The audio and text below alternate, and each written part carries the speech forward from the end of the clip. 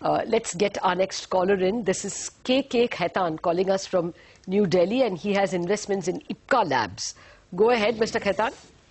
Good afternoon, Mrs. Lata. Yes. I have purchased 100 shares of Ipca Labs from a long-term point of view 3 months back, and after that I have seen that the stock has run up to the 770, and now today I have read in a newspaper that some US FDA concern is there and the stock has tanked. So my only query is this, whether should I hold this stock and it will give me a good return in future, or should I get out of it? Okay, what is normally your investment horizon, Mr. Khaitan? 1 year, 1 year. All right, all right. Well, Mayuresh, how seriously should he take these reverses in the stock because of the US FDA questioning a couple of plants? And is this a time to add up, top up, and average your prices lower? So clearly, Lata, I think if one looks at the import ban and the statistics involved with the US sales for Ipca, FY14 as a perspective, they contributed around 414 odd crores, which is 12% of the total sales, 20% of their exports.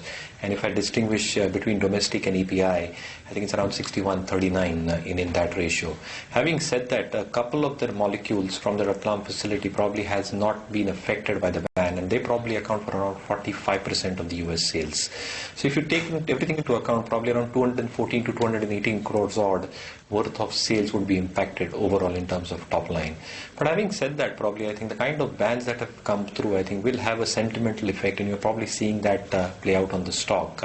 The kind of timelines that are probably required to resolve these issues are infinite. So they can extend anywhere between 3 months, 6 months to a couple of years.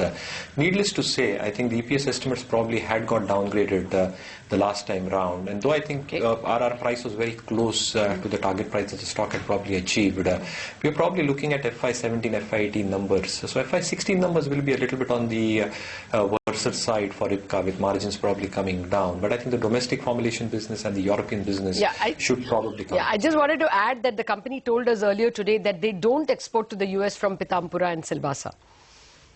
So absolutely, I think. So I think if I combine everything into perspective, I think only around 200 to 214 crores is probably going to get impacted, which is not much if I consider the overall top line. So I think the investors should probably hold on to the stock. We're still probably very optimistic on the stock from an FY17 perspective. All right. That's the word for you, Mr. Khaitan.